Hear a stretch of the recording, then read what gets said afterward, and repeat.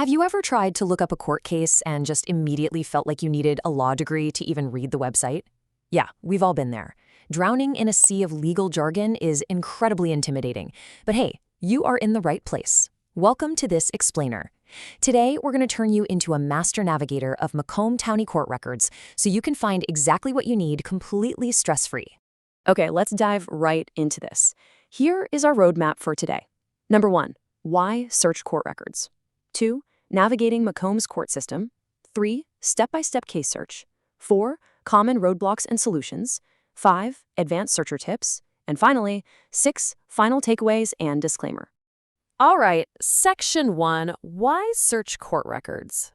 Seriously, if you've ever hit a massive wall of legal jargon when you were just looking for one simple piece of information, you've got to know that you are not alone. It's a hugely common frustration. But look, once you overcome that barrier, it literally unlocks a massive amount of public transparency for you. Because there are just so many practical, everyday applications for this.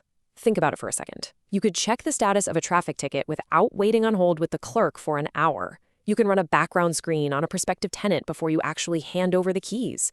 Maybe you need to track a family law case like a divorce, or you just want to verify if a business you're about to work with is, secretly drowning in litigation. These aren't just abstract ideas. These are real tools to protect yourself and make informed decisions. And while we're talking about practical applications, let's go ahead and demystify a bit of jargon you'll probably see right out of the gate: pro se.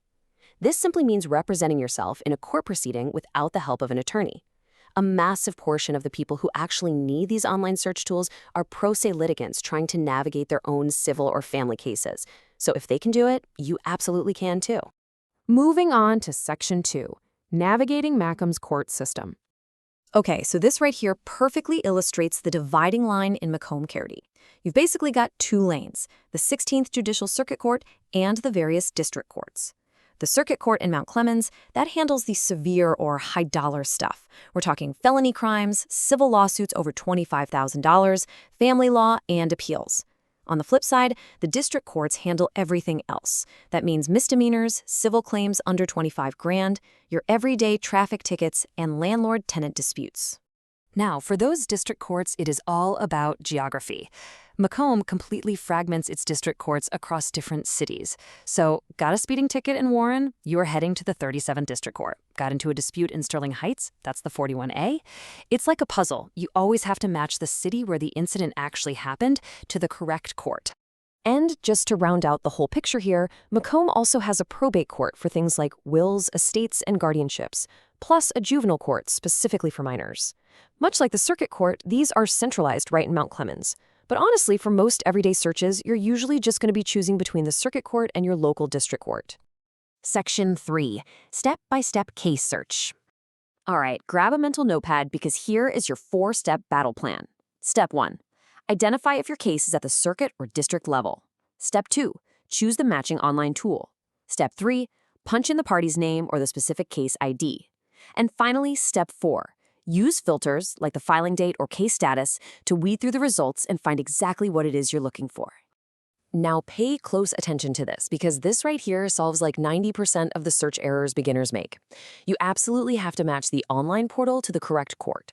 So searching for a major felony or maybe a divorce, you've got to use Macomb County's court view system. But if you're looking for a local traffic ticket or a small claims case, you must use the state-run MeCourt portal. If you mix these two up, your case is just not going to show up, period. Once you do find your case, you'll see all these summaries of the parties involved, the filing dates, things like that. You are also going to see the word disposition. I want to quickly define this so you know exactly what you're looking at. Disposition is really just the court's final determination of that charge or lawsuit. So if you want the bottom line, like how a case actually ended, whether it was dismissed, settled, or someone was found guilty, the disposition is exactly what you need to check.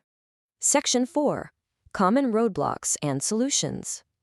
So what happens if a case is completely invisible online? Well, don't panic, it's probably not a glitch. Michigan law actually strictly shields certain records.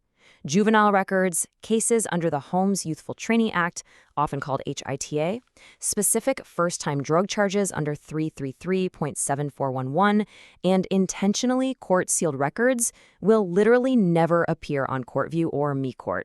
They are totally hidden by design. So think of it like an if this, then that scenario. Online systems are fantastic for quickly checking a case status, a hearing date, or the names of the litigants.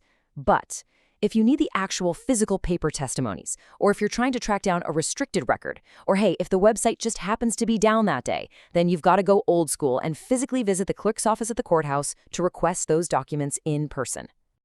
Section 5. Advanced Searcher Tips.